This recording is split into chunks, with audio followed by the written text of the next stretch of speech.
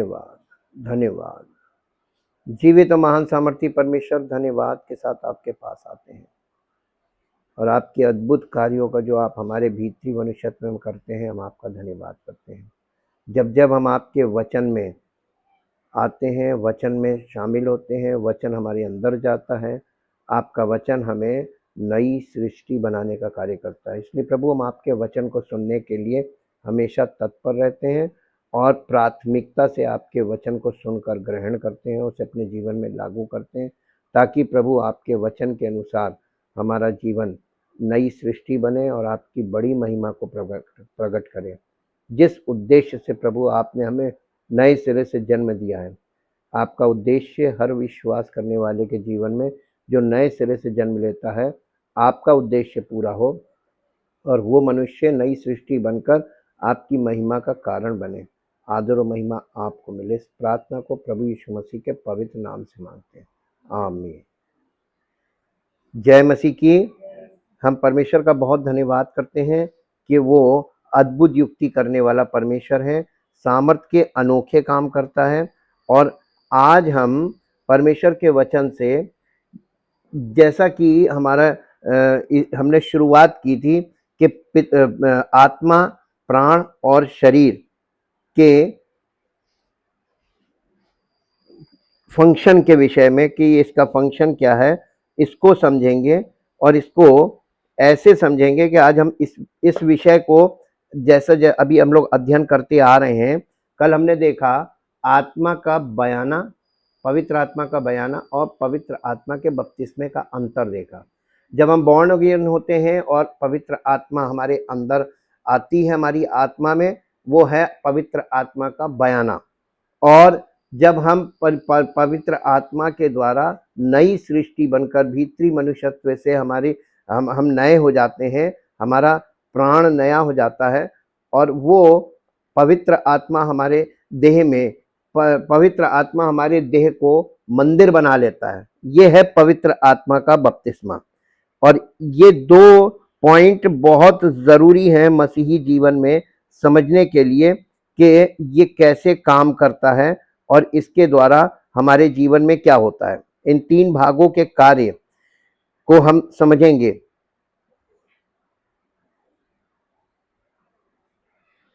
देखिए, जैसा कि यहाँ पर आप देखते हैं, तीनों के बारे में एक चीज लिखी हुई है और ये है कि हमारा जो शरीर है वो वर्ल्ड कॉन्शियसनेस है। यानी हमारी देह जो है वो बाहर की दुनिया के विषय में चेतना रखती है, जानकारी रखती है और वहां से जुड़ती है। और फिर है सेल्फ कॉन्शियसनेस। हमारा प्राण जो है वो सेल्फ कॉन्शियसनेस है, यानी हमारा जो स्व है, हम क्या हैं, अंदर से हम क्या सोचते हैं, हमारे अंदर क्या चलता है, उसकी चेतना हमारे अंदर पाई जाती है प्राण में। और फिर हमारी आत्मा, जहां पे परमेश्वर की चेतना पाई जाती है, जिसे ईश्वर चेतना बोलते हैं, जहां से हम ईश्वर से जुड़ते हैं। तो ये पार्ट है हमारा ईश्वर से जुड़ने का। और जब एक व्यक्ति जो सांसारिक व्यक्ति है, शारीरिक व्यक्ति है, जो अभी बॉर्न अगेन नहीं हुआ है, वो व्यक्ति परमेश्वर चूंकि आत्मा है तो परमेश्वर से वो संपर्क नहीं कर सकता। पूछिए क्यों? क्योंकि उसका आत्मावार यही है, यहीं से संपर्क होगा परमेश्वर से। आप शरीर से और प्राण से संपर्क नहीं कर सकते। एक बहुत बड़ा प्रश्न चिन्ह लोगों की जिंदगी में खड़ा हुआ है कि तुम किससे प्रार्थना कर रहे हो जिसको तुम जानते भी नहीं। तुम किसकी आराधना कर रहे हो, जिसको यीशु मसीह ने बोला था ना, वो यहूदियों से बोल रहा था, इजराइलियों से, कि तुम जिसकी आराधना करते हो तुम उसे जानते नहीं। और ये सत्य है। आज भी जो नए सिरे से जन्म प्राप्त मसीही विश्वासी नहीं है, वो आराधना प्रार्थना कर रहे हैं, तो वो किससे कर रहे हैं? वो शरीर के कार्य हो गए। और शरीर का कार्य मृत कार्य है, यानी डेड वर्क्स में आता है, वो मान्य नहीं है। तो कर क्यों रहे?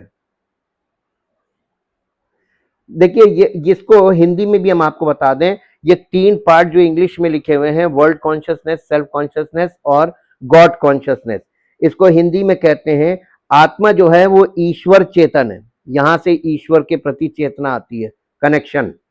और फिर हमारा प्राण जो है वो आत्म चेतन है, हम अपने बारे में सारी चेतना हमारी यहां पर है। और उसके बाद शरीर जो है वो जगत चेतन है, यानी जगत में क्या हो रहा है, क्यों हो रहा है, जगत से हमारा शरीर का संपर्क है। तो शारीरिक मनुष्य शारीरिक बातों में लगा रहता है।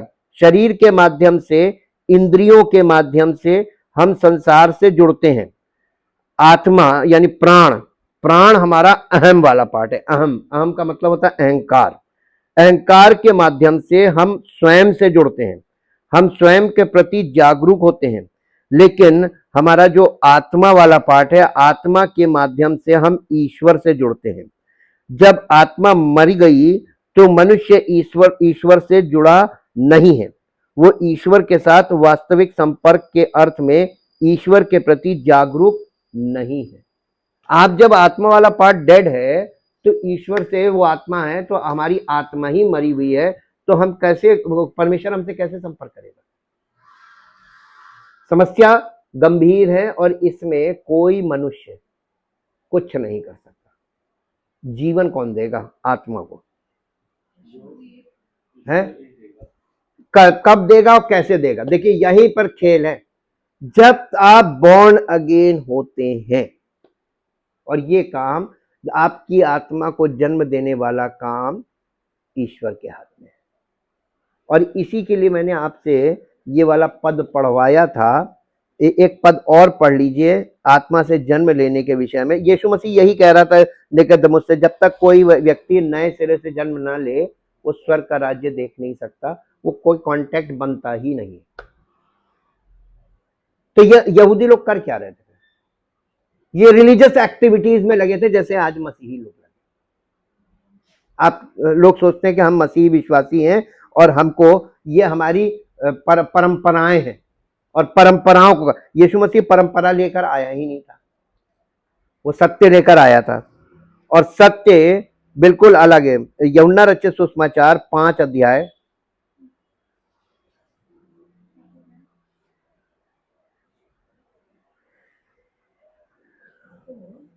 5 अध्याय का 24 पद पढ़िए। मैं तुमसे सच सच कहता हूं, जो मेरा वचन पढ़कर नहीं लिखा, सुनकर मेरे भेजने वाले पर विश्वास, भेजने वाला कौन था? यीशु मसीह का, हाँ, पिता। मेरे भेजने वाले पर विश्वास करता है, अनंत जीवन उसका, यानी वही बॉर्न अगेन होगा, अनंत जीवन उसका है, और उस पर दंड की आज्ञा नहीं होती, परंतु वो मृत्यु से पार होकर जीवन में प्रवेश कर चुका। जब कोई व्यक्ति बॉर्न अगेन हो जाता है, उसकी आत्मा में जीवन आ जाता है, अब वो, उसकी आत्मा मृतक नहीं है, अब वो जीवन में प्रवेश कर गई उसकी आत्मा। ठीक है, अब 25वां पद पढ़िए। मैं तुमसे सच सच कहता हूं, वो समय आता और अब है, जिसमें मृतक, मृतक का मतलब क्या है? आत्मिक रूप से मृतक, शारीरिक रूप से जीवित। ये जो मृतक है ना, आत्मिक रूप से मृतक, ये परमेश्वर के पुत्र का शब्द सुनेंगे, और जो सुनेंगे उनमें ही जीवन आएगा, जो सुनेंगे। अब आप देखिए ये हार्ड वर्ड है, क्योंकि जिस रीति से पिता अपने आप में जीवन रखता है, उसी रीति से उसने पुत्र को भी अधिकार दिया है कि वो अपने आप में जीवन रखे, वरन उसे न्याय करने का भी अधिकार दिया, इसलिए कि वो मनुष्य का पुत्र है। इससे अचंबा मत करो, क्योंकि वो समय आता है कि जितने कब्रों में हैं वे उसका शब्द सुनकर निकल आएंगे। अब यहाँ पे एक पद और पढ़िए, इसी से मिलता जुलता, जितने परमेश्वर के पुत्र का शब्द सुनेंगे वो जिएंगे। रोमियो की पत्री उसका 10 अध्याय का 17 पद, अतः विश्वास सुनने से, और सुनना मसीह के वचन से होता है। विश्वास पैदा होता है सुनने से, और क्या सुनने से? मसीह का वचन। अब यहाँ पे हिंदी में लिखा मसीह का वचन, इसी को हम इंग्लिश में पढ़ेंगे तब आपको पता चल जाएगा कि परमेश्वर के पुत्र का शब्द सुनने वाले लोग बॉर्न अगेन होते हैं, विश्वास पैदा होता है। सो faith comes by hearing what is told, and what is heard comes by the preaching of the message that came from the lips of Christ the Messiah himself. यानी मसीह के होठों से निकला हुआ वचन सुनने से आपके अंदर विश्वास पैदा होता है, और या यूं कह लीजिए कि आपकी आत्मा में जीवन आ जाता है। बॉर्न अगेन होने का मतलब विश्वास पैदा हो जाना। ये यहां पर आपको वचनों में ही सारा सब चीजें वहीं पर हैं, वैसे ही है एज इट इज लिटरल, और उसको आपके जीवन में वो पूरा करता है, जिससे वो अपनी महिमा करता है। जब आत्मा के प्राथमिक कार्य और इस पूरे अध्ययन में आत्मा पर ही मुख्य जोर हम देंगे, जैसा कि यहां पर 3 है। आत्मा में 3 चीजें होती हैं, आराधना, संगति और रहस्य उद्घाटन। ये देखिए, इंट्यूशन, कम्युनियन और कॉन्शियस। तो ये 3 चीजें करती क्या है? कम्युनियन जो है परमेश्वर के साथ हमारी सहभागिता है, और ये संगति कैसे होती है? आराधना, इंट्यूशन में आराधना करते हैं, जब वर्शिप में जाते हैं तब परमेश्वर की संगति में जाते हैं और प्रकाशन प्राप्त करते हैं। आपको अभी कुछ नहीं समझ में आया होगा, मेरे साथ एक पद निकालिए। देखिए, मैं आपको ये तीनों चीजें एक व्यक्ति के द्वारा दिखा सकते हैं। पुराने नियम में जो व्यवस्था है, व्यवस्था में क्या विधि थी, उसको आप समझिए कि क्या होता क्या है। लूका रचित सुसमाचार, लूका रचित सुसमाचार और उसका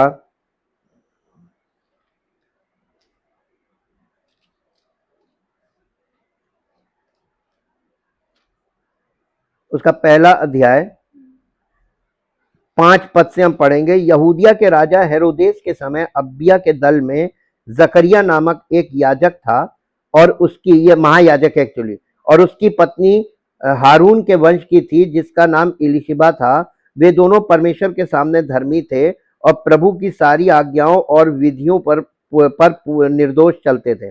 उनके कोई भी संतान ना थी, क्योंकि इलिशिबा बांझ थी और वे दोनों बूढ़े थे। जब वो अपने दल की पारी पर परमेश्वर के सामने याजक का काम करता था, तो याजकों की रीति के अनुसार उसके नाम पर चिट्ठी निकली कि प्रभु के मंदिर में जाकर धूप जलाए। ये धूप कहाँ जलाई जाती थी? मूसा के तंबू में ये पर्दे के बाहर थी धूप की वेदी, ऑल्टर ऑफ इंसेंस। लेकिन बाद में जब मंदिर बना था तो ये परम पवित्र स्थान के अंदर चली गई थी, और महायाजक वहां जाकर धूप जलाता था, यानी पर वो सुगंधित द्रव्य जलाता था। ये दिखाता है कि परमेश्वर की उपस्थिति में आप गए और आपकी मनोकामना या आपकी प्रार्थना ग्रहण योग्य ठहरी। खुशबू जलाना, तो ये खुशबू जलाने गया था, ये महायाजक का काम था।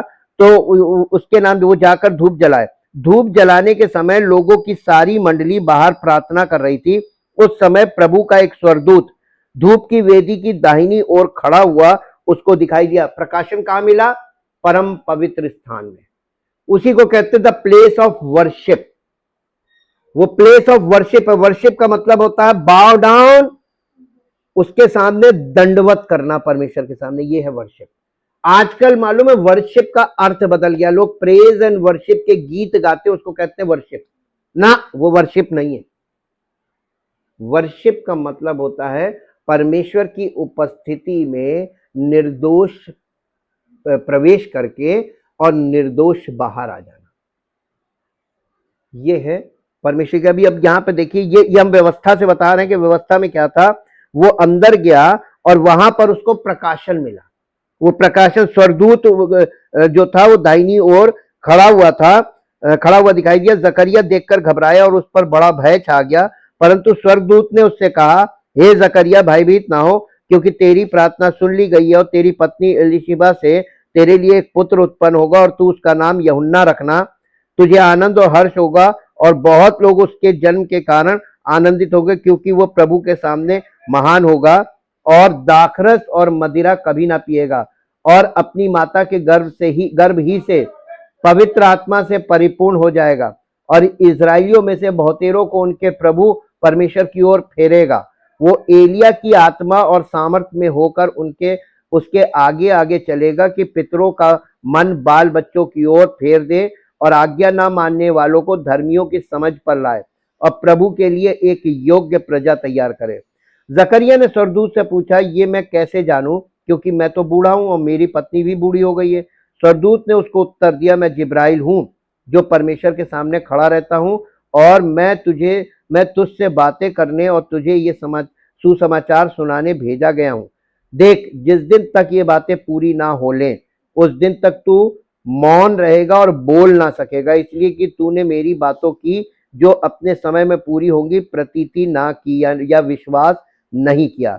लोग जकरिया की बाट देखते रहे और अचंभा करने लगे कि उसे मंदिर में इतनी देर क्यों लगी। मालूम है देर लगने का मतलब क्या होता था? कि महायाजक मर गया। लेकिन उसमें एक साइन था, उनके जो ये चोगा होता था उसमें नीचे घुंघरू लगे होते थे, वो जब वो धूप जलाते थे वो ऐसे ऐसे करके हिलते थे तो घुंघरू बजते थे। तो घुंघरू बज रहे थे, इसका मतलब कि वो जिंदा है, लेकिन लोग ये कह रहे थे इतनी देर क्यों लग रही है। और वो जब मंदिर में जब वो बाहर आया तो वो कुछ उनसे बोल ना सका, अतः वे जान गए कि उसने मंदिर में कोई दर्शन पाया और वो उनसे संकेत करता रहा और गूंगा रह गया। जब उसकी सेवा के दिन पूरे हुए तो वो अपने घर चला गया। इन दिनों के बाद उसकी पत्नी इलिशबा गर्भवती हुई और 5 महीने तक अपने आप को यह कहकर छिपाए रखा, मनुष्यों में मेरा अपमान दूर करने के लिए प्रभु ने इन दिनों में कृपा दृष्टि करके मेरे लिए ऐसा किया है। अब यहां पर देखिए कि दर्शन कहां मिलता है? परम पवित्र स्थान में। जब आप वहां पे प्रवेश करते हैं परमेश्वर आपको ग्रहण करता है। जब मूसा के तंबू में हम बता रहे थे तो हमने यही तो बताया था, जो आंगन है वो शरीर है और जो पवित्र स्थान में है वो प्राण है और जो परम पवित्र स्थान में वो आत्मा। आत्मा वाला पाठ परम पवित्र स्थान, तो ये बनता है परम पवित्र स्थान। मूसा के तंबू के आधार पर ये व्यवस्था की का सत्य है हमारे जीवन में प्रभु दिखा रहा है। बदला क्या?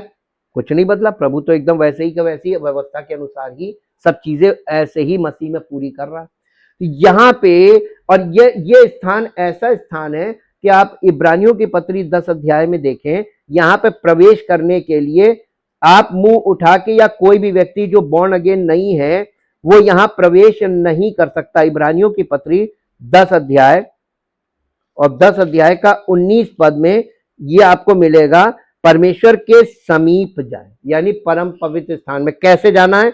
इसलिए है भाइयों, जब हमें यीशु के लहू के द्वारा उस नए जीवते मार्ग से परम पवित्र, ये एक्चुअली पवित्र स्थान लिखा है, यह है परम पवित्र स्थान में प्रवेश करने का हियाव हो गया है, जो उसने पर्दे अर्थात शरीर में से होकर हमारे लिए अभिषेक किया है। ये जो पर्दा है ये परम पवित्र स्थान और पवित्र स्थान के बीच के पर्दे की बात है।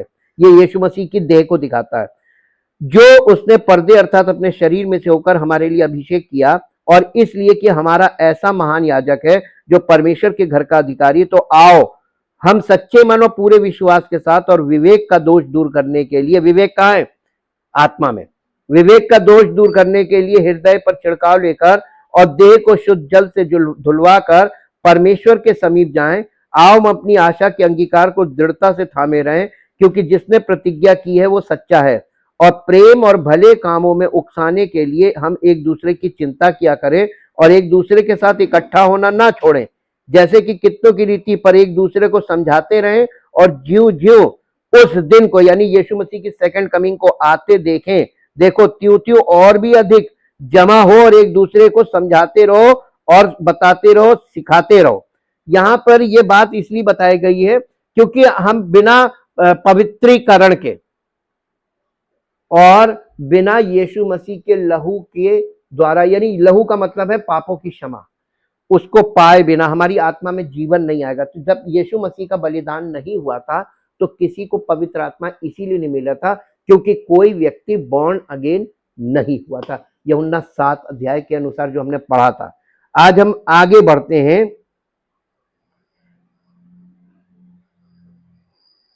मेरा मानना है कि ये अनुभव जन्य रूप से इसी क्रम में आते हैं।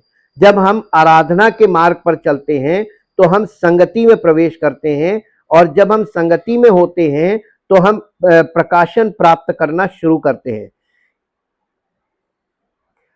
देखिए सबसे बड़ी बात यह है कि हम लोगों को एक बात और समझनी और सीखनी होगी कि एक प्राथमिक उद्देश्य ये इस चीज को बताने का यह है कि हमको और आपको सच्चे और झूठे प्रकाशन के बीच अंतर करने में सक्षम बनाना। परमेश्वर का आत्मा, मसीह का आत्मा, पवित्र आत्मा हम लोगों से जब वचन के आधार पर बात करता है, वो हमको ये भी साथ में परखने की सामर्थ्य देता है, ऐसी समझ देता है कि हम झूठे प्रकाशन और सच्चे प्रकाशन के बीच अंतर कर सके। आज बहुत से लोग तमाम तरीके का प्रकाशन या रेवलेशन लेकर खड़े हैं प्रचार में, और आप बड़ी आसानी से उनके उस प्रकाशन को ग्रहण करेंगे ये सोच के कि ये मसीह का प्रकाशन है।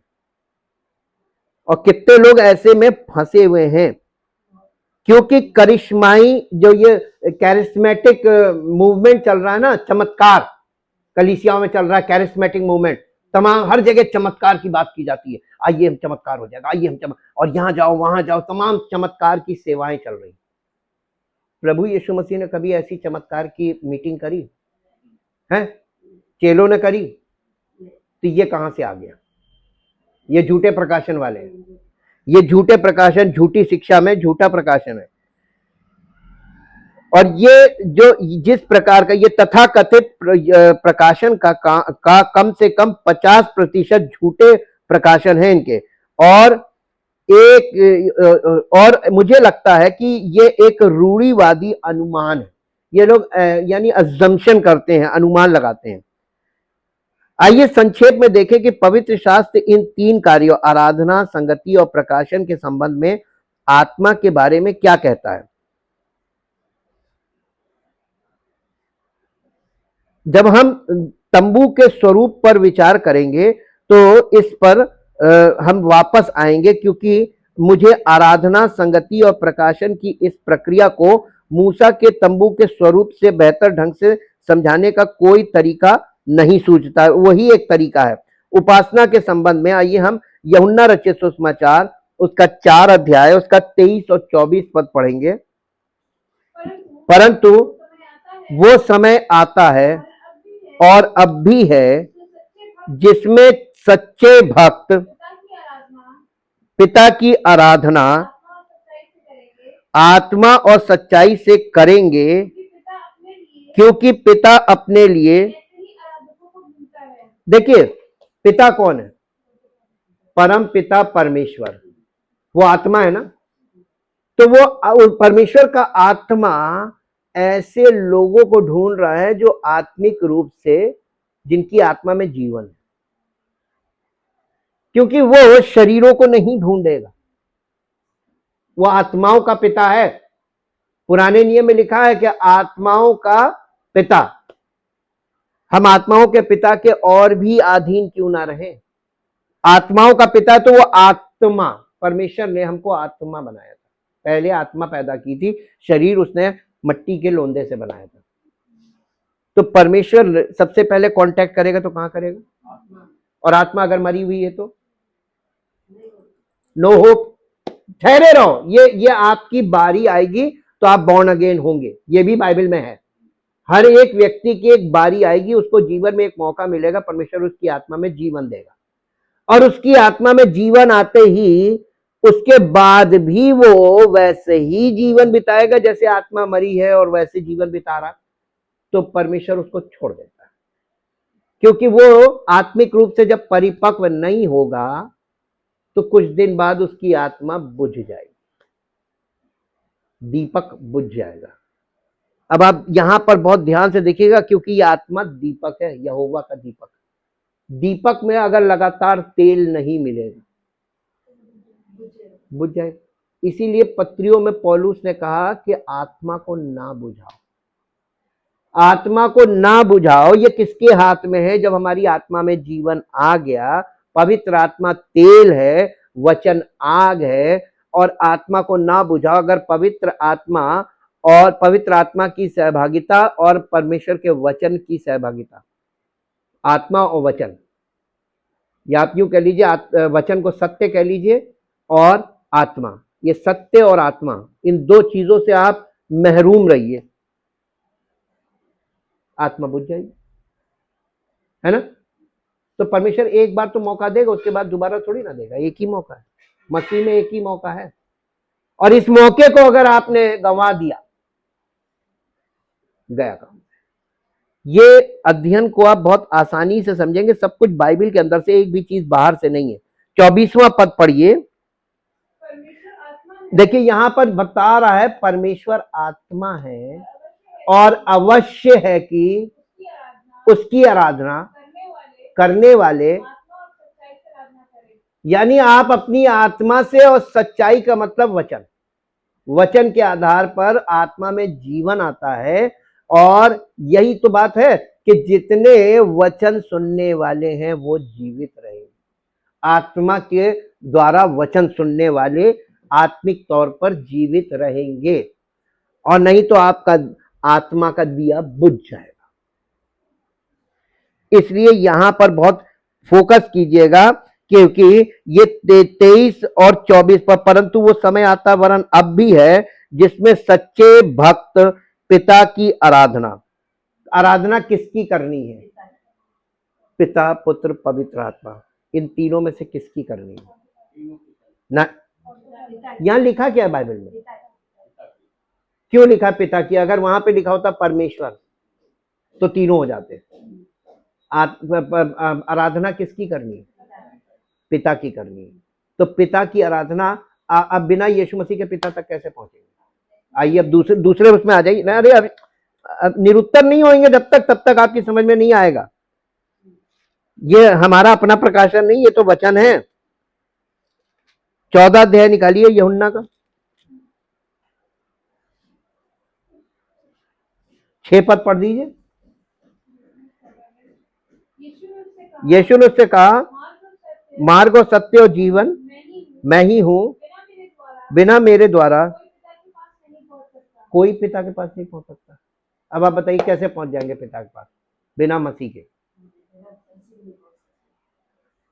आराधना पिता की करनी है, और बिना मसीह के पिता नहीं मिलेगा, और बिना पवित्र आत्मा के मसीह नहीं मिलेगा, और बिना वचन के ना पवित्र आत्मा मिलेगा, ना पिता मिलेगा, ना पुत्र मिलेगा। और बिना सही व्यक्ति के, सही आत्मिक व्यक्ति के आपको ना तो वचन मिलेगा, ना पवित्र आत्मा मिलेगा, ना पिता मिलेगा, ना पुत्र मिलेगा। ये कड़ी से कड़ी जोड़िए, एक चेन है। इसीलिए यीशु मसीह ने अपने चेलों से कहा था कि जो तुमको ग्रहण करता है वो मुझे ग्रहण करता है, और जो मुझे ग्रहण करता है वो मेरे भेजने को। देखिए चेन बना दी उसने। आज के जमाने में हो क्या रहा है? सब अपना अपना यीशु, अपना अपना सुसमाचार, अपनी अपनी कलीसिया, अपनी अपनी शिक्षा, ये सब लेके खड़े हुए, अपना अपना प्रकाशन। सत्य कहां गया? सत्य लिखित वचन और जीवित वचन प्रभु यीशु मसीह कहां गए? सत्य का आत्मा भी नहीं है, सब हवा में हो रहा है, सब हवा में। और इसीलिए वो चीज नहीं प्रकट हो रही है जो होनी चाहिए।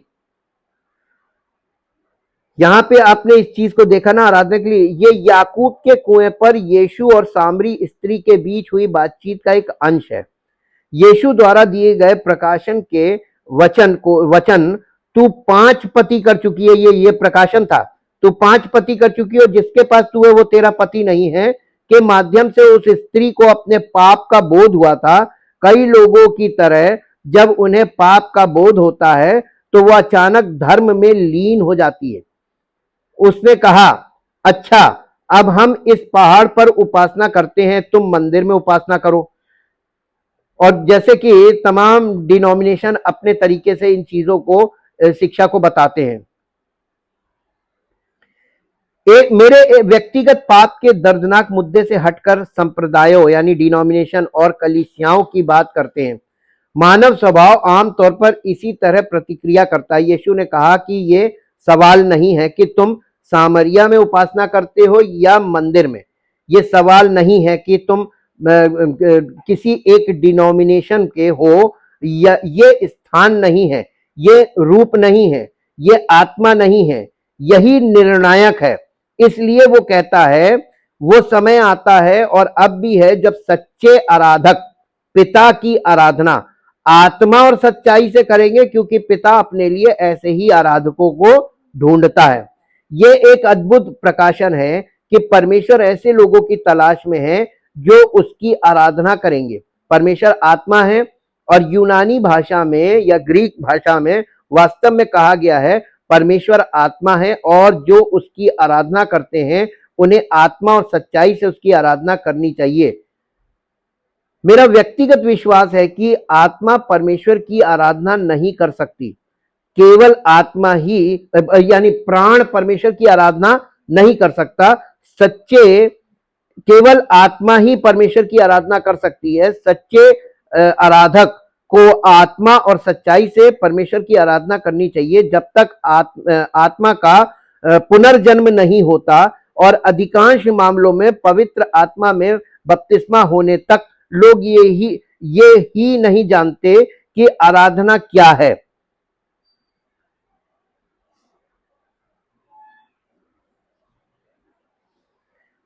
आइए संगति पर गौर करें। पहला कुरिन्थियों 14 अध्याय। पौलुस पवित्र आत्मा में बपतिस्मा और अनजानी यानी अन्य भाषा में बोलने की क्षमता से एक विश्वासी के जीवन में आने वाले अनुभवात्मक परिणामों के बारे में बात कर रहे हैं। वो कहते हैं कि जब आप पवित्र आत्मा में बपतिस्मा लेते हैं और अनजान यानी अन्य भाषा में बोलना और परमेश्वर से संवाद करना शुरू करते हैं, तो क्या होता है। ये एक दुखद बात है कि अनजान यानी अन्य भाषा में बोलने की क्षमता के साथ पवित्र आत्मा में बपतिस्मा लेने वाले बहुत से लोगों को वास्तव में इस बात का कोई अंदाजा नहीं होता कि ये किस लिए है या वे क्या कर रहे हैं। परिणाम स्वरूप वे या तो इसका दुरुपयोग करते हैं या इसका बिल्कुल भी उपयोग नहीं करते। पहला कुरिन्थियों 14 अध्याय का 2 पद पढ़ेंगे। पहला कुरिन्थियों, क्योंकि जो अन्य भाषा में बातें करता है वो मनुष्यों से नहीं परंतु परमेश्वर से बातें करता है, इसलिए कि उसकी बातें। अब देखिए, यीशु मसीह सामरी स्त्री से बातें कर रहा था, समझिए। यीशु मसीह वही भाषा बोल रहा था जो वो स्त्री समझ रही थी, उसकी भाषा को समझ रही थी, लेकिन वो क्या कह रहा था उसके संवाद को या उस बात को वो नहीं समझ रही थी कि वो किस विषय में वो आत्मिक बातें कर रहा था। और वो स्त्री उससे कह रही है तेरे पास बर्तन नहीं है भरने के लिए, और रस्सी भी नहीं है, और कुआं गहरा है, तो वो जीवन का जल तेरे पास आया कहां से। अब आप देखिए यहाँ पे भाषा का आपको गड़बड़ी दिख रही ना। यीशु मसीह उसी भाषा में बात कर रहा था जो स्त्री, क्योंकि वो उसकी रिस्पॉन्ड कर रही थी, लेकिन वो उसकी बातों को बिल्कुल भी नहीं समझ रही थी। आत्मिक बातें पौलुस ने आत्मिक बातें करी, किसकी समझ में आई। सारी भाषा में बाइबल में लिखी हुई, और सारी भाषा के लोग अपनी अपनी भाषा में पढ़ रहे हैं, समझ में किसकी आई। परमेश्वर की आत्मा की बातें क्यों नहीं समझ में आती। जब तक बॉर्न अगेन नहीं होंगे समझ में आएगी नहीं। उसने कहा शारीरिक मनुष्य परमेश्वर की आत्मा की बातों को मूर्खता समझता, क्योंकि उसके समझ में नहीं आती, उसके लिए मूर्खता। जो बातें आपकी समझ में नहीं आती वो आपके लिए मूर्खता है। बोलने वाला मूर्ख है कि नहीं। अरे यहां पर बैठे लोग, अगर हम नर्सरी क्लास में जाकर और सेकंड क्लास के सब्जेक्ट को पढ़ाने लगे, बच्चे बैठे रहेंगे बेचारे, लेकिन किसी की कुछ समझ में नहीं। सुन लेंगे, कुछ कुछ रिस्पॉन्ड भी कर लें, क्योंकि हमारी भाषा से वो रिस्पॉन्ड करेंगे, लेकिन उनके बुद्धि में वो कुछ चीज जाएगा। क्यों अनप्रोडक्टिव क्यों है। क्योंकि आप उनके स्तर से दूसरे स्तर की बात कर रहे हैं। ठीक वैसे ही परमेश्वर की आत्मा, परमेश्वर आत्मा है, और परमेश्वर का आत्मा हमसे आत्मिक बातें करेगा, शारीरिक तो करेगा नहीं। तो हमारी समझ में आएंगी अगर हम बॉर्न अगेन नहीं है तो। यही बात पौलुस समझा रहा था। पौलुस को इस बात का व्यक्तिगत अनुभव था। अभी हम वो भी दिखा देंगे आपको कैसे वो उस बात को जानता था।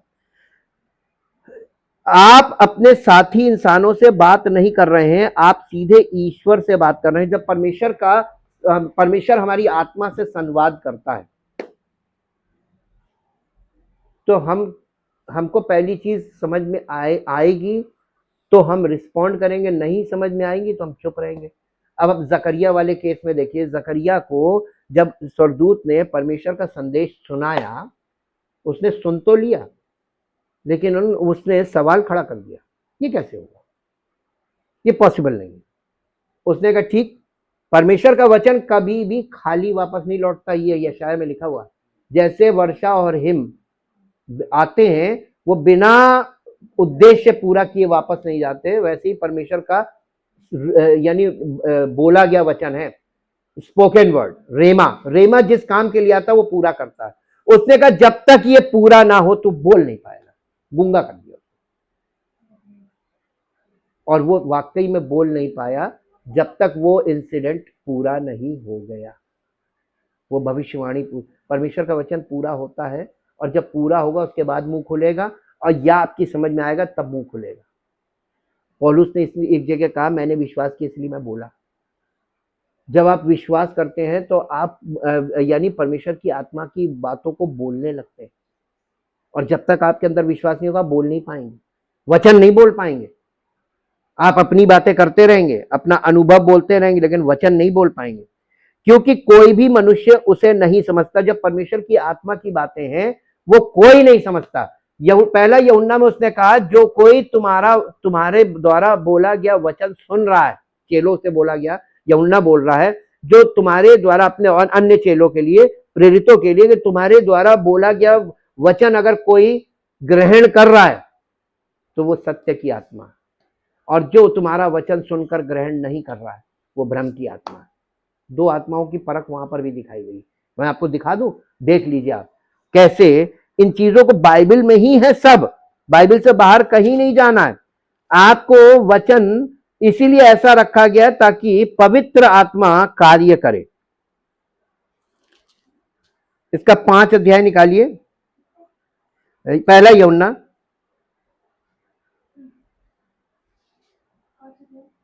एक मिनट,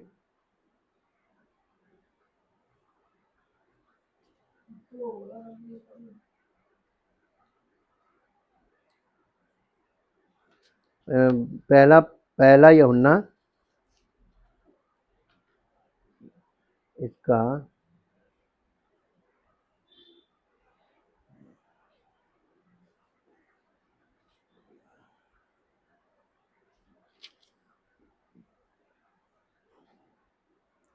हाँ ये निकालिए, इसका अध्याय 2, हाँ नहीं, अध्याय 2 का 20 पद से पढ़िए। अध्याय 2, परंतु तुम्हारा तो उस पवित्र से अभिषेक हुआ और तुम सब कुछ जानते हो। मैंने तुम्हें इसलिए नहीं लिखा कि तुम सत्य को नहीं जानते, पर इसलिए कि उसे जानते हो, और इसलिए कि कोई झूठ सत्य की ओर से नहीं। झूठा कौन है? केवल वो जो यीशु के मसीह होने से इनकार करता है। यीशु के मसीह का मतलब अभिषिक्त होने से इनकार करता है, वो झूठा है, और मसीह का विरोधी भी वही है जो पिता और पुत्र का इनकार करता है। जो कोई पुत्र का इनकार करता है उसके पास पिता भी नहीं, जो पुत्र को मान लेता है उसके पास पिता भी है। जो कुछ तुमने आरंभ से सुना है वही तुम में बना रहे। जो तुमने आरंभ से सुना, यदि वो तुम में बना रहे तो तुम भी पुत्र में और पिता में बने रहोगे। देखिए, आप पुत्र में बने रहेंगे तो आप पिता में बने रहेंगे, और पवित्र आत्मा आप में बना रहेगा। और अगर आप पुत्र में बने नहीं रहेंगे, और पुत्र क्या है? वचन। आप वचन में बने रहेंगे तो आप पिता में बने रहेंगे, और परमेश्वर का आत्मा, पवित्र आत्मा, सत्य का आत्मा में बने रहेंगे। तो यहां पर ये सब बातों का पूरा इसमें एप्लीकेशंस दिए हुए हैं कि ये कैसे होगा, और इसमें यह भी बताया गया है कि कैसे आप पहचान सकते हैं। अब यहां पे निकालिए, 4 अध्याय में आ जाइए, 4 अध्याय का 5 पद पढ़िए। वे संसार के हैं, इस कारण वे संसार की बातें बोलते हैं, और संसार उनकी, हाँ, हम परमेश्वर के हैं। जो परमेश्वर को जानता है वो हमारी सुनता है, जो परमेश्वर को नहीं जानता वो हमारी नहीं सुनता। इस प्रकार हम सत्य की आत्मा और भ्रम की आत्मा को पहचान लेते हैं।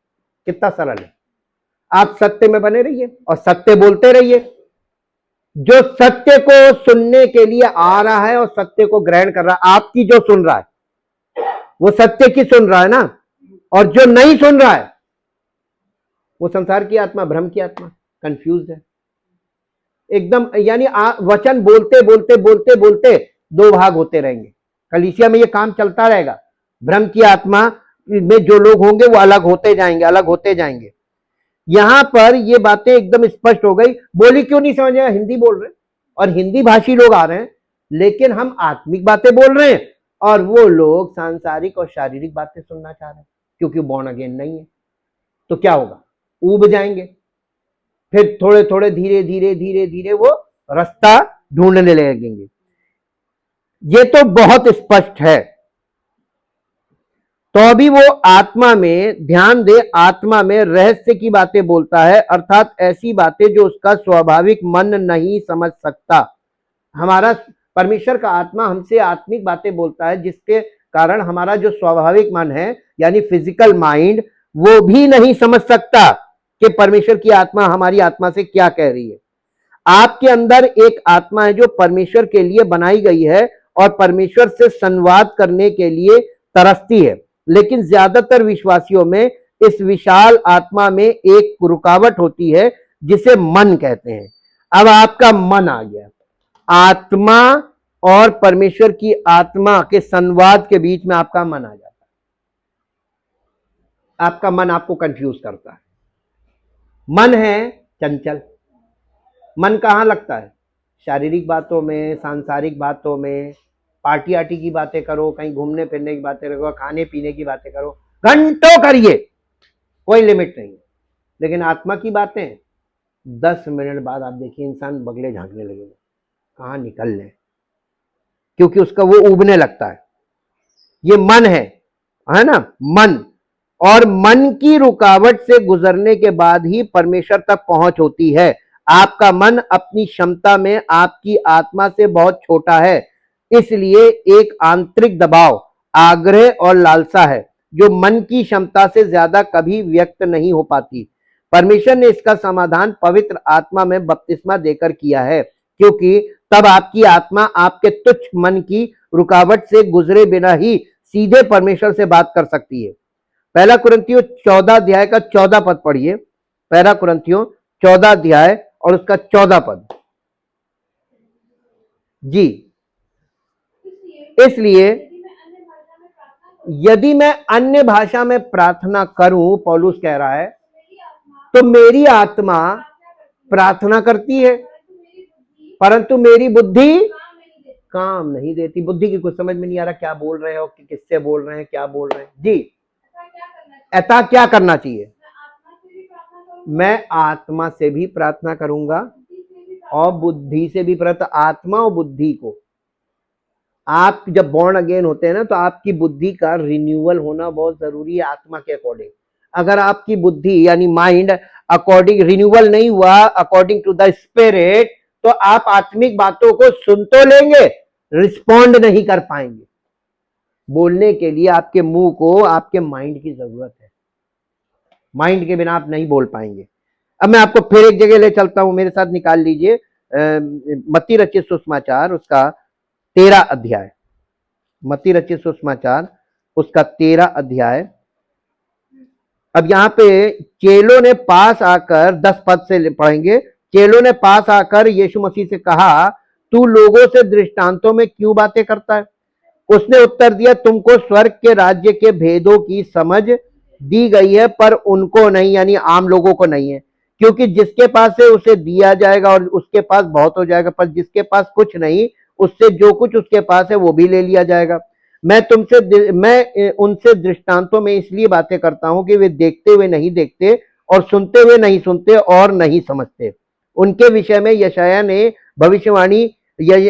की ये भविष्यवाणी पूरी होती है, तुम कानों से तो सुनते रहोगे, सुनोगे और समझोगे नहीं, आंखों से तो देखोगे पर तुम्हें ना सूझेगा, क्योंकि इन लोगों का मन मोटा हो गया है और वे कानों से ऊंचा सुनते हैं और उन्होंने अपनी आंखें मूंद ली हैं।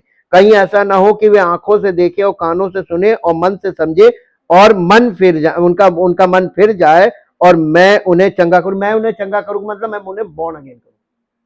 नए सिरे से जन्म दे दो। जिस दिन आप परमेश्वर की आत्मा की बातों को समझ गए, बॉर्न अगेन हो जाएंगे। शारीरिक मनुष्य आत्मा की बातों को समझता नहीं, इसलिए वो कहता मूर्खता की बातें, और वो उन्हें समझ नहीं सकता क्योंकि उनकी परख आत्मिक आधार पर होती है, आत्मा के द्वारा होती है। शारीरिक यानी आपके शरीर और मन के अनुसार आप परमेश्वर के आत्मा की बातों को नहीं समझा जा सकता। तो आपका मन आपको समझने नहीं देता, आपका शरीर आपका मन आपके शरीर पर लगा होता है, शारीरिक बातों में लगा होता है। परमेश्वर की आत्मा की बातों में आपका मन लगता ही नहीं है। अब बताइए कि लोग कहां फंसे हैं? मन में। मेरा मन डोले, मेरा मन डोले, मन ही डोल रहा है, और तभी लोग इधर से उधर, इधर से उधर, इधर से उधर घूम रहे, दुनिया में इधर टक्कर खा रहे, उधर टक्कर खा रहे, जो देखो वो उनको धकिया रहा। ये क्यों हो रहा मालूम है? आपका मन बहुत चंचल चीज है। यदि मैं किसी अनजान भाषा में प्रार्थना करता हूं, मेरा कौन सा भाग प्रार्थना कर रहा है?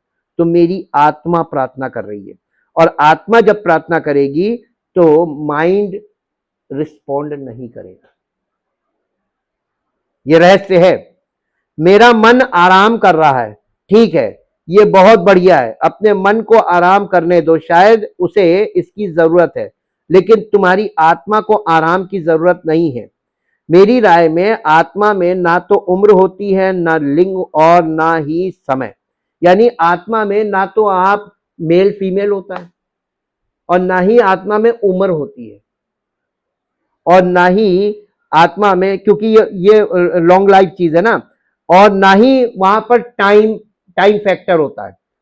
जब आत्मा की बातों में आपका मन लगने लगेगा तो आपका टाइम ऐसे बीतेगा, आप कहेंगे अरे बड़ी जल्दी खत्म हो गया, जब आपका मन लगने लगेगा।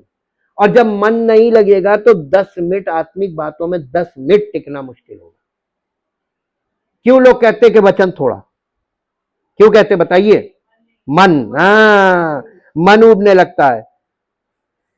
हमारी आत्मा परमेश्वर से संवाद करना चाहती है, और पवित्र आत्मा में बपतिस्मा के माध्यम से, और मुझे कोई और तरीका नहीं पता।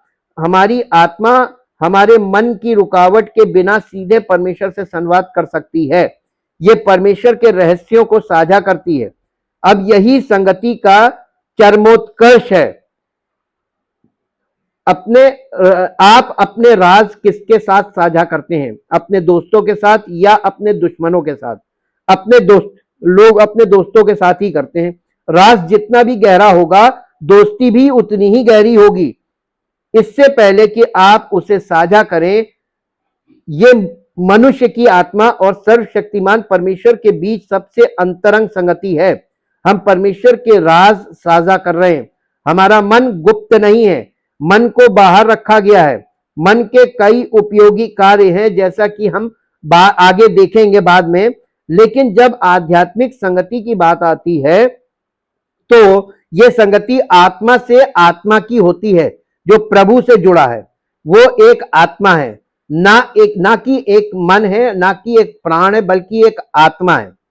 प्रकाशन के संबंध में पहला कुरिन्थियों 2 अध्याय, पहला कुरिन्थियों 2 अध्याय उसका 9 से 12 तक पढ़ेंगे। पहला कुरिन्थियों 2 अध्याय 9 से 12। परंतु जैसा लिखा है, नहीं, आप जो बातें आंख ने ना देखी और कान ने नहीं सुनी,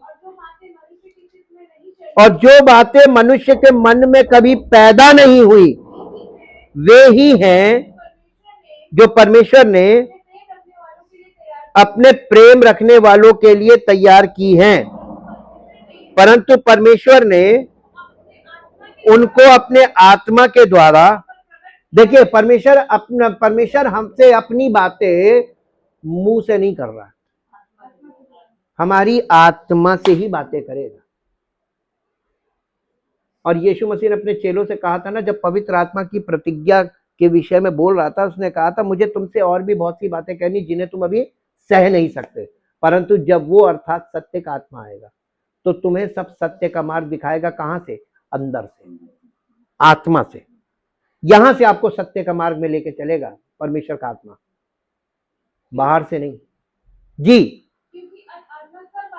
क्योंकि आत्मा सब बातें वरन परमेश्वर की गूढ़ बातें भी जांचता है। मनुष्यों में से कौन किसी मनुष्य की बातें जानता है सिवाय उसकी आत्मा के।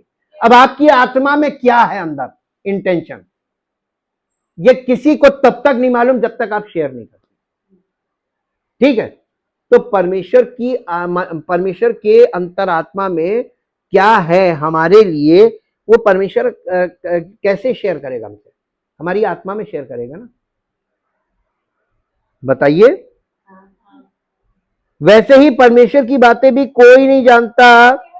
हमें ये बात इतनी अच्छी लगती है, इतनी अच्छी लगती है, अगर कोई परमेश्वर की आत्मा की बातें जान जाए वो दुनिया में बॉस बनना मांगेगा, है ना। और ये गुड न्यूज है कि परमेश्वर की आत्मा की बातें कोई नहीं जानता सिवाय परमेश्वर की आत्मा के। परंतु हमने संसार की आत्मा नहीं, परंतु वो आत्मा पाया है जो परमेश्वर की ओर से है, ताकि हम उन बातों को जाने। तो परमेश्वर की बातों को जानने के लिए आपको बॉर्न अगेन होना पड़ेगा। परमेश्वर की आत्मा की बातों को जानने के लिए, समझने के लिए आपको बॉर्न अगेन होना पड़ेगा। क्यों नहीं आज कलीसिया में लोग परमेश्वर की आत्मा की बातों को समझ पा रहे? क्योंकि बॉर्न अगेन नहीं है। यही बात यीशु मसीह भी कह रहा था। यीशु मसीह दृष्टांत मतलब ऐसे एग्जाम्पल्स में दिखा दिखा के, वो ऐसे एग्जाम्पल होते थे जिनमें वो मन में जाकर उसमें अपने कल्पना में जाके देखें कि संदर्भ क्या है, और उस संदर्भ में वो यीशु मसीह जो बातें कह रहा है उसके संदर्भ में सब कुछ छिपा होता था। जैसे दीपक, दीपक में तेल, बाती, ज्योति, ये तीन चीजें हैं, वो उसमें संदर्भ में आत्मिक बातें छिपी हुई होती थी। ये एक एग्जाम्पल होता था। यीशु मसीह ऐसी ऐसी चीजों का एग्जाम्पल देकर एक कहानी बताता था और लोगों के मनों में आत्मिक बातों के विषय में उनको जागरूक कर रहा था। और पवित्र आत्मा के युग में हम लोग हैं। अब तो पवित्र आत्मा हमारी आत्मा में सारी बातें खोल रहा है और खोलेगा। जब बॉर्न अगेन हो गए उसी को समझ में आएगी। अगर हम आपसे आत्मिक बातें कर रहे हैं और आप बॉर्न अगेन नहीं हैं, तो आपके लिए ये बातें मूर्खता की हैं, कोई प्रोडक्टिव नहीं है, आपको इससे कोई लाभ नहीं होगा। जिनको हम मनुष्यों के ज्ञान की सिखाई हुई बातों में नहीं, परंतु आत्मा की सिखाई हुई बातों में, आत्मिक बातों से मिला मिलाकर सुनाते हैं। परंतु शारीरिक मनुष्य परमेश्वर के आत्मा की बातें ग्रहण नहीं करता, क्योंकि वो उसकी दृष्टि में मूर्खता की बातें हैं और ना वो उन्हें परख सकता या जान सकता है, क्योंकि उनकी जांच आत्मिक रीति से होती है। बॉर्न अगेन होगा तो समझेगा। आत्मिक जन सब कुछ जांचता है। हाँ, अब देखिए, परंतु जैसा लिखा है कि जो आंख ने नहीं देखी और कान ने नहीं सुना और जो बातें मनुष्य के चित्त में नहीं चढ़ी, वही है जो परमेश्वर ने अपने प्रेम रखने वालों के लिए तैयार की है। मैं समझता हूं कि ये आत्मिक क्षेत्र है। इंद्रियां, कल्पना, बुद्धि ईश्वर द्वारा तैयार की गई बातों को ना तो समझ सकती हैं और ना ही ग्रहण कर सकती हैं। कौन कौन सी चीज? आपकी इंद्रियां, 5 इंद्रियां परमेश्वर की आत्मा की बातों को, देखिए उसने लिखा है ना, तुम देखते रहोगे तुम्हारे कुछ बूझोगे नहीं, तुम सुनते रहोगे। इंद्रियों के बारे में तो यीशु मसीह बोल रहा था, तुम्हारी कुछ समझ में नहीं आएगा।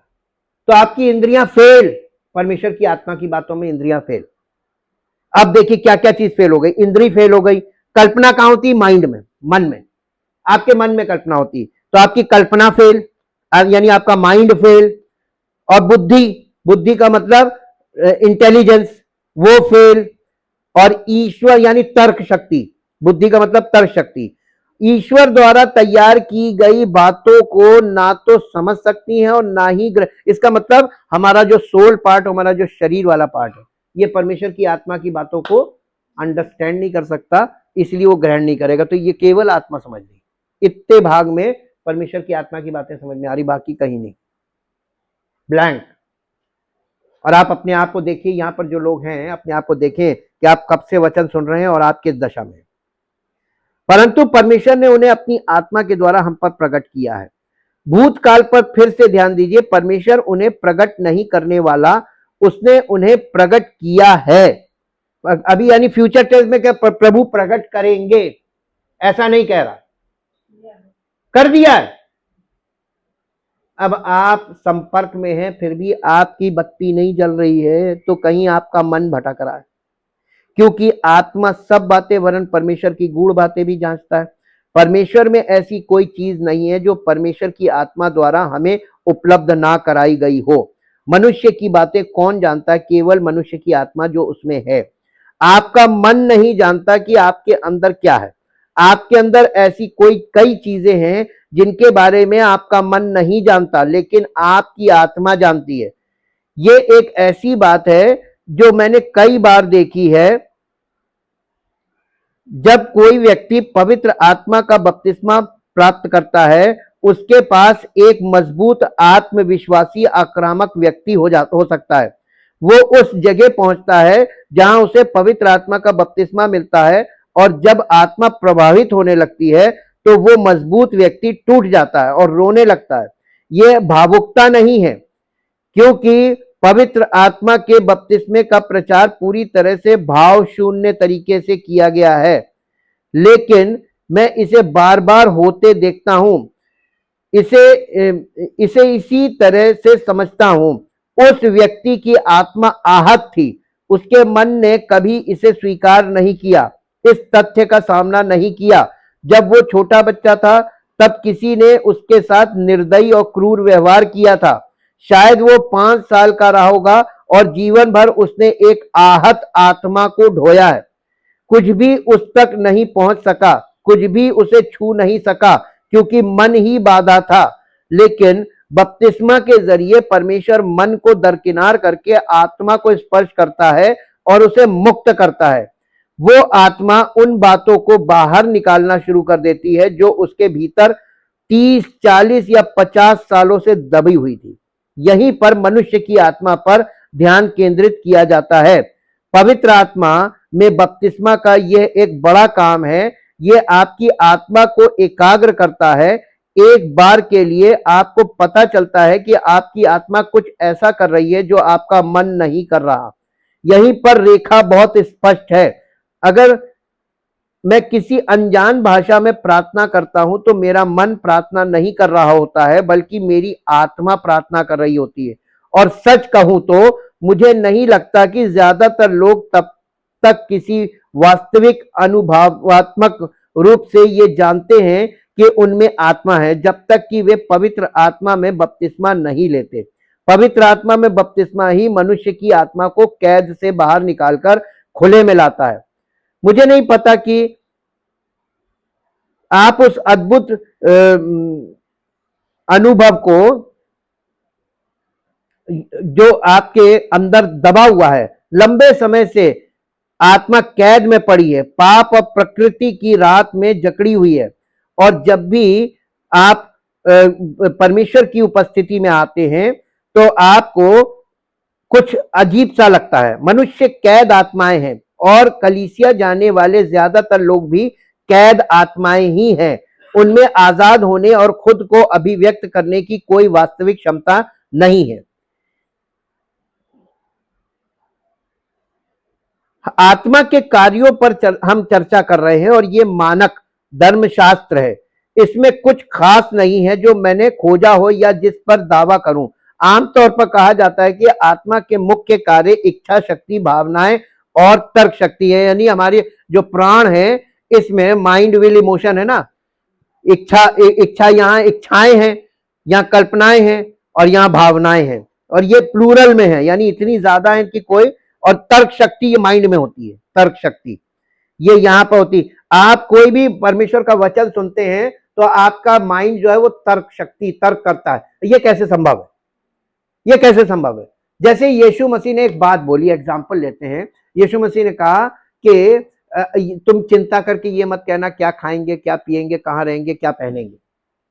ये 4 बेसिक नीड्स की बात, चिंता मत करना, बल्कि तुम पहले इन सब बातों की चिंता छोड़ दो। पहला काम करो कि तुम परमेश्वर के राज्य, उसकी धार्मिकता की खोज करो, तो बाकी सब चीजें क्या, कि क्या खाएंगे, क्या पिएंगे, क्या पहनेंगे, कहाँ रहेंगे, आपसे आप पूरी हो जाएंगी। इसका मतलब विश्वास करना है ना, विश्वास करना है। तो आप या तो विश्वास करेंगे या इस पर प्रयास करेंगे, प्रयास करेंगे, अपना अपनी शक्ति से काम करेंगे, और या फिर आप विश्वास करेंगे। नहीं नहीं, कहना बहुत आसान है, हाँ, आप परमेश्वर पर निर्भर नहीं है, आप अपने अपने जॉब पर, अपने अपनी काबिलियत पर, अपनी शक्ति पर, अपनी कमाई पर निर्भर हैं। जिसके पास कमाई नहीं है और वो परमेश्वर पर निर्भर रहकर परमेश्वर की सेवा कर रहा है, वो टेंशन में क्यों नहीं है?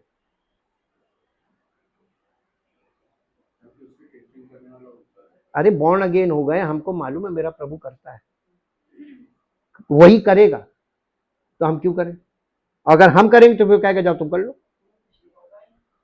हाँ, तो ये देख लीजिए, आप अपने आप को इसमें तौल कर देखिए कि कितने परसेंट आप विश्वास करते हो, कितने परसेंट आप अपने लिए काम करते हैं। जब मनुष्य, देखिए, मनुष्य एक जीवित प्राणी बना तो एक व्यक्ति अस्तित्व में आया जो ब्रह्मांड में किसी भी अन्य व्यक्ति से अलग था, एक ऐसी चीज जो मैं करूंगा कह सकती है। मनुष्य, जैसे ही परमेश्वर ने मनुष्य को बनाया और जैसे ही उसमें प्राण फूंका, वो जीवित प्राणी बना, बस उसने कहा मैं करूंगा, मैं करूंगा, मैं करूंगा, मैं आ गया। आज तक वो मैं ही काम कर रहा है, मैं करूंगा, मैं कर सकता हूं, मैं कराऊंगा, मैंने किया। कोई भी व्यक्ति ये नहीं कहता मैं नहीं करूंगा, वो करेगा। ये विश्वास किसी पास नहीं है। मैं करूंगा, मैं नहीं करूंगा कहें, आप तब भी कह सकते हैं मैं करूंगा। आप एक व्यक्ति हैं, आपकी एक इच्छा शक्ति है, आपके पास भावनाएं होती हैं, भावनाएं बुरी नहीं होती, दरअसल मूलतः वे अच्छी होती हैं, लेकिन वे आध्यात्मिक नहीं होती। ये एक ऐसी बात है जो बहुत महत्वपूर्ण है। भावुक होना आध्यात्मिक होना नहीं है। ये एक ऐसी धारणा है जो पेंटिकॉस्टल लोगों से जुड़ी हुई है। मैं सही नहीं कह रहा, लेकिन पेंटिकॉस्टल लोगों को हमेशा से भावुक माना जाता रहा है। मुझे लगता है कि कई मामलों में उनकी ये धारणा रही है कि भावुक होना अपनी आत्मा को छोड़ देना है। ऐसा नहीं है, वे आत्मा और प्राण के बीच का अंतर समझने में नाकाम रहे। जब आप अपनी आत्मा और अपने प्राण के बीच के अंतर को समझेंगे तो यहां पर कंट्रोल आ जाएगा, संयम। हाँ, इमोशन नहीं, सत्य के साथ इमोशन नहीं काम करता। इसके अगले पार्ट को हम लोग कल फिर आगे चलेंगे और परमेश्वर के वचन में से एक गूढ़ बातों को समझेंगे जो हमारे बॉर्न अगेन होने से लेके हमारे पवित्र आत्मा के बपतिस्मे तक के लिए हमारे भीतरी मनुष्यत्व से संबंधित बातें हैं। और परमेश्वर के वचन के अनुसार ये आत्मिक बातें हमको समझनी है और सुननी है। जी, मैं तो महान समर्थी परमेश्वर दिल से आपका धन्यवाद करते हैं उस महान प्रेम और उस अनुग्रह के लिए जो आपने पुत्र प्रभु यीशु मसीह के लहू के द्वारा हमें खरीद कर अपने प्रेम का प्रमाण दिया, जिससे प्रभु आपका नाम हम सबके जीवन से महिमान्वित हो सके और हम नई सृष्टि बनकर आपकी उस महिमा को अपने जीवन से प्रकट कर सके, जिसके लिए आपने कलीसिया की स्थापना की और अपना पवित्र वचन और पवित्र आत्मा सहायक के रूप में दिया है और आप स्वयं उपस्थित होकर अपना कार्य करते हैं कलीसिया में। इसलिए प्रभु हम आपका धन्यवाद करते हैं, आदर और महिमा आपको देते हैं। इस प्रार्थना को प्रभु यीशु मसीह के पवित्र नाम से मांगते हैं, आमीन। Praise the Lord.